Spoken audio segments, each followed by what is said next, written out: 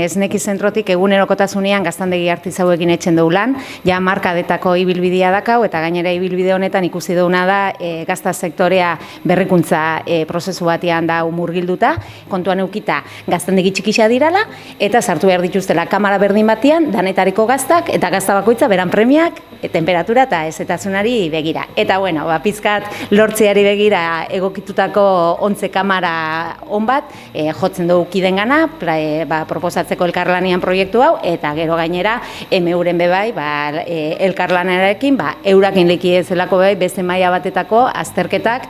¿Qué pasa dentro de la cámara? ¿No? Y es donde aportamos nosotros, ¿vale? Analizamos un poco pues a base de simulaciones y sabiendo las condiciones que se tienen que dar, pues un poco las corrientes de aire que se dan dentro, las condiciones de temperatura que sean, la repartición de humedad, y miramos esos parámetros cómo se pueden optimizar. Por ejemplo, dónde poner los sensores, dónde colocarlos, dónde medir y cómo optimizar todos esos parámetros de la cámara para obtener un resultado mejor. Y también, y al final también estamos analizando también un poco cómo viene a ser el punto de vista energético, de eficiencia de la cámara. Estamos contentos, ¿no? Hemos conseguido hacer un equipo que consigue lo que necesita el queso y que además respetando la sostenibilidad, que es algo importante, sobre todo cuando se trata de pequeños queseros, que es la producción más sostenible, ¿no?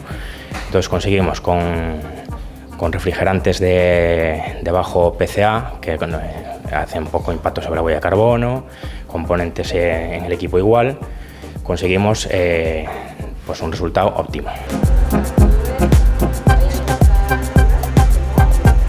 Momentuz ja urtebeteko elkarlana ari gara burutzen, egiz esan proiektuan zehar oso ondo joan da elkarlan hori, bakoitzak argi dakau zein dan geure eginkizuna. Al final ayuda mucho es que ser los 3 miembros de la cooperativa ayuda un montón, ¿no? Al final la filosofía que tenemos de trabajar ayuda un montón y nos ayuda también a tener esa facilidad de comunicación.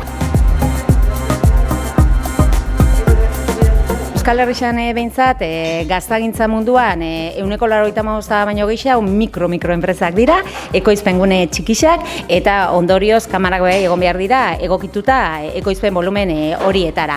Eta lehentasuna izango litzateke euren premiei esprezki erantzungo detzan 11 kamara hori ekoiztu eta ondo diseinauta eukitzia.